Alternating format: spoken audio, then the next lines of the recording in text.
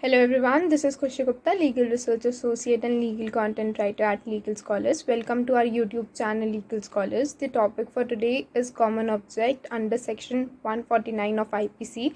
So basically इसका मतलब ये होता है if a group of people like from an association, if a member is performing a certain objective or certain act which is considered as an offense and a person is held liable from the community or from the group, then we will be covering that under common object, and we would be holding each and every member of the association as guilty when they have proper knowledge of what act is done under their guidance.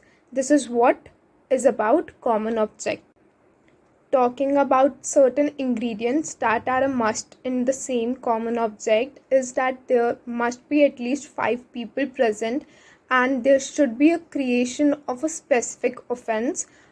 We talk about unlawful activities also, which is also covered under section 141, whose present is must to operate common object. Also, if we talk about the case law examples or landmark cases, following are the examples of the same: Bhimrao versus State of Maharashtra, Matthew versus State, Dalip Singh versus State, and Bhargavan versus State of Kerala. This was all about the topic common object under the section of IPC. Thank you for watching. We will be back with another law related video soon. Keep showing your love by liking and commenting.